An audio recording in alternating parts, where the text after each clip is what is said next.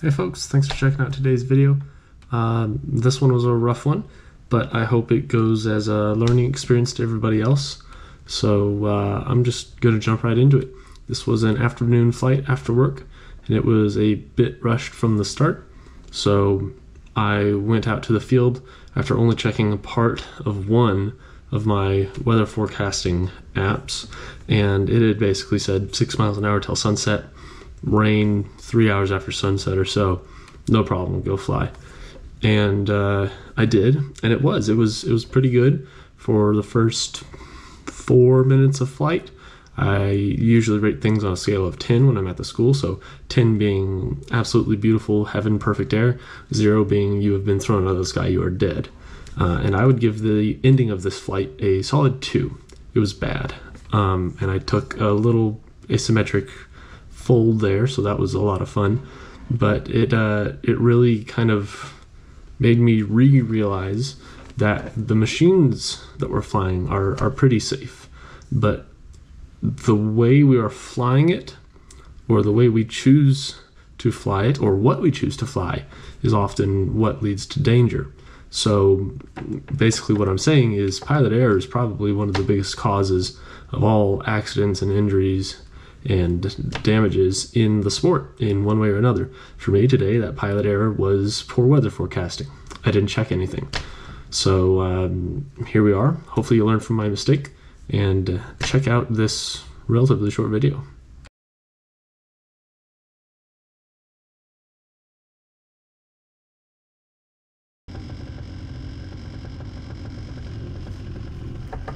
So, sitting here, ready to go. I'm flying with another local pilot, and weather looked good for both of us.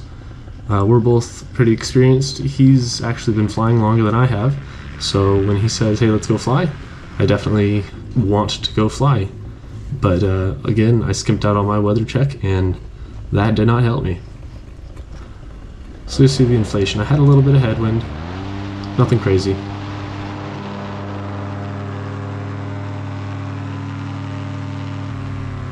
Get off the ground, no problem. The weather is pretty densely overcast here, as you can see, but it was scheduled to rain quite a while after our flight, and then rain basically the rest of the week.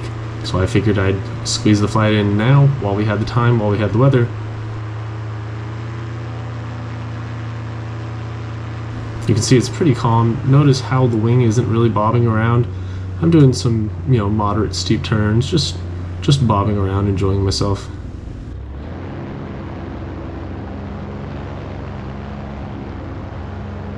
In the turbulence you're about to see, you'd never see me doing a turn like this, especially not this close to another paramotor.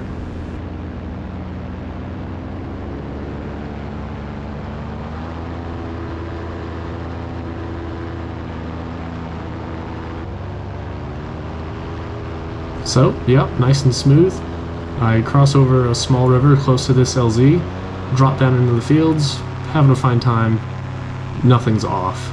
This is 4 minutes before landing, and about 3 minutes before I realize I'm not going to be making it back to my LZ. From here on out, the video will not be cut. This is real time. My feet are resting on the speed bar, but I am not using speed bar. Sometimes I just like to perch myself there. Looking around for the other pilot, who is nowhere to be seen, and you can see I even stow my brake here. Nothing really wrong with the air. The wings move around a bit. At this point, I'd give it a 7 out of 10.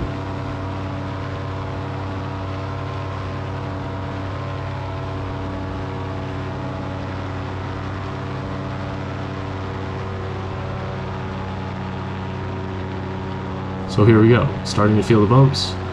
Reach up for the toggle, and there's a big one. That woke me up. I'm gonna stop climbing and start active flying. You see the wing shooting forward, and my arms go down for braking. There's another one. I thought, oh, that was weird, maybe I should trim out. As I was reaching up to possibly stow my brake and attempt to trim out, because this is a reflex wing, it got hit with another bump, and I did not feel like trimming out. Looking down at the ground here, you can see I am standing still. At the neutral trim speed on this wing, which was a 22 meter, I do 27 miles an hour. So the wind up here at about 600 feet or so, 27 miles an hour at least. It really starts rocking around. I realize I'm not making any forward progress, and I should try to descend. Maybe I'm going through a really nasty wind shear.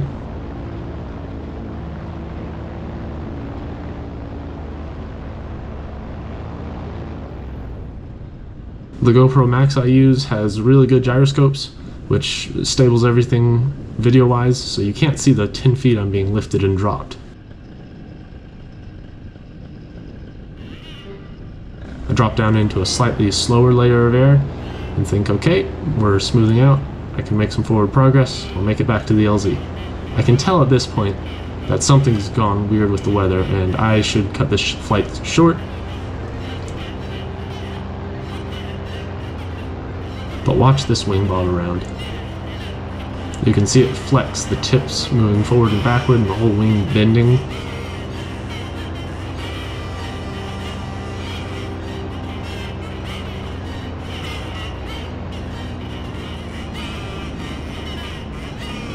Once again, checking it, and this is where I decided it's time to land.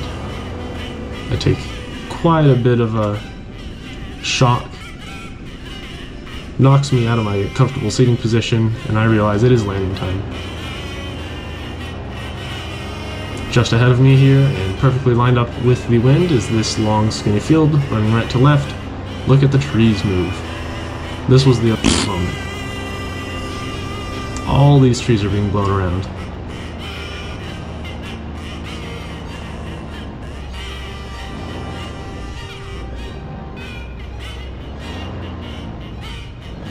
I'm now committed to this field. This field is the field I'm landing in, and I take a tip collapse there.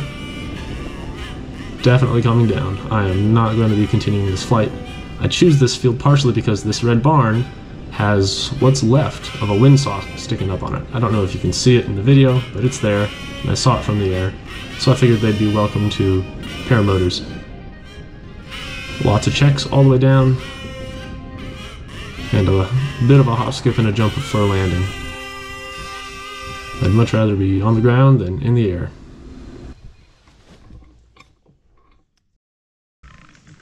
Hey man, I'm down. You're down? Yeah, I landed. Okay. Decent sized field. Yeah, I that got real shit. That was a solid 2 in my book. Yeah, I crashed. Oh shit. All right. I am on the ground at a house. I have no idea if anyone's home. I'm going to try to pack up. Can you send me your location? Okay. Are you okay? Yeah. So when I turned around and saw you weren't with me, I knew something was up. I'm going to knock on the door to this house and see if anybody's home, and if they are, maybe they can get me a ride. But send me your location, and I got to make it to, then I'll grab my car and I'll try to find you. Well, this was supposed to be a pretty laid back flight, but here we are. Oh.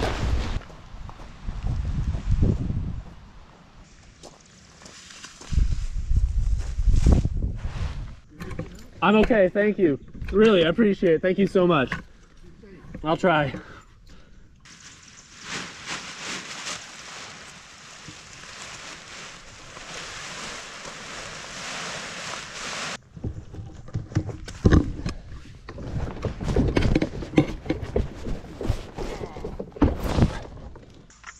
that thing just breaks down like that, huh? Yeah.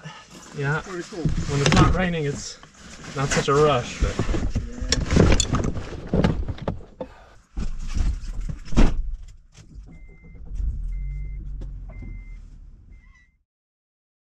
Okay, so what's the takeaway?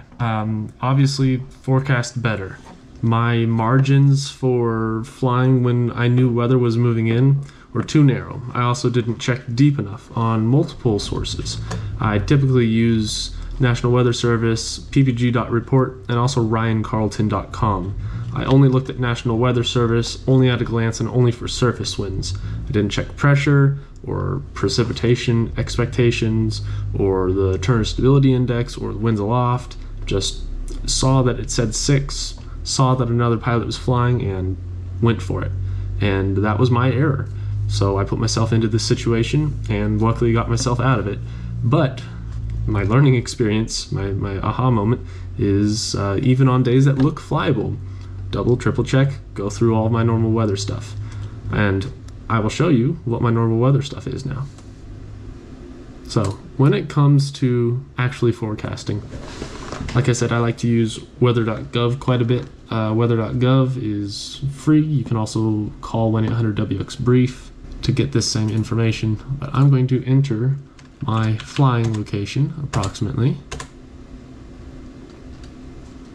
And I scroll down to the hourly weather forecast graph. This graph shows lots of things, but what I also want to see are the transport winds, the vent rate, the pressure, and the Turner Stability Index. So, if I were looking at flying tomorrow, which tomorrow is a Thursday, I see the ground wind, pretty slow, looks like it makes a turn to the east-west, pretty much dies off down on the ground close to sunset. This was the only thing I checked before this flight.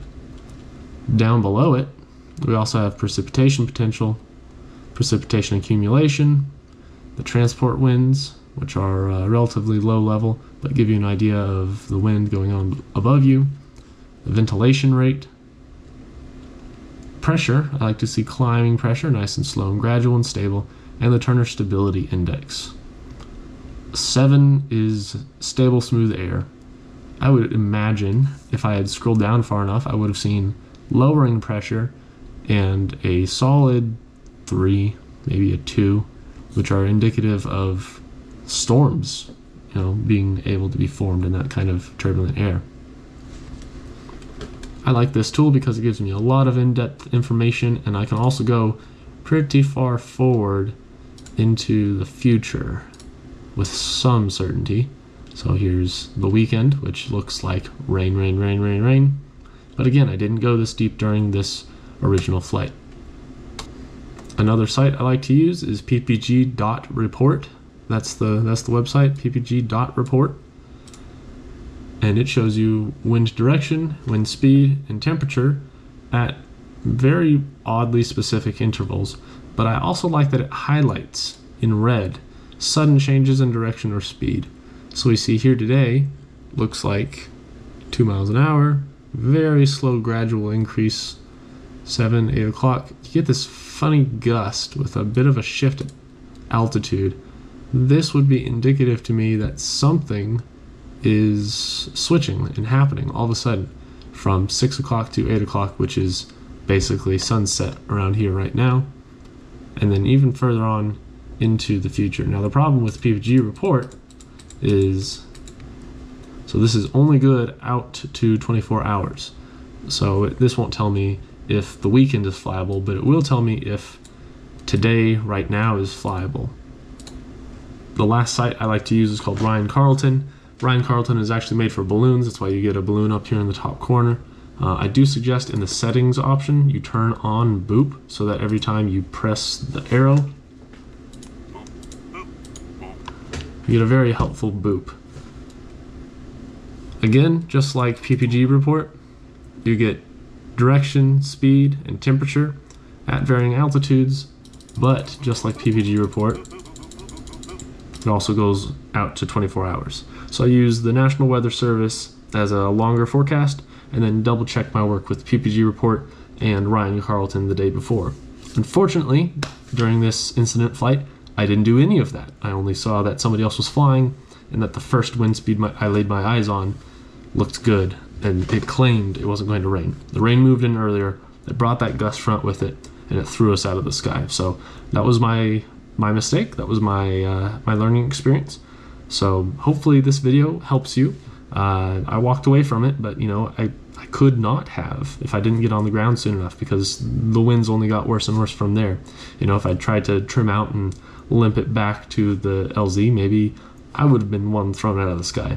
But hopefully this video serves as a reminder to all of us that pilot performance goes beyond the actual flying and also includes things like planning and pre-flights and inspection of gear.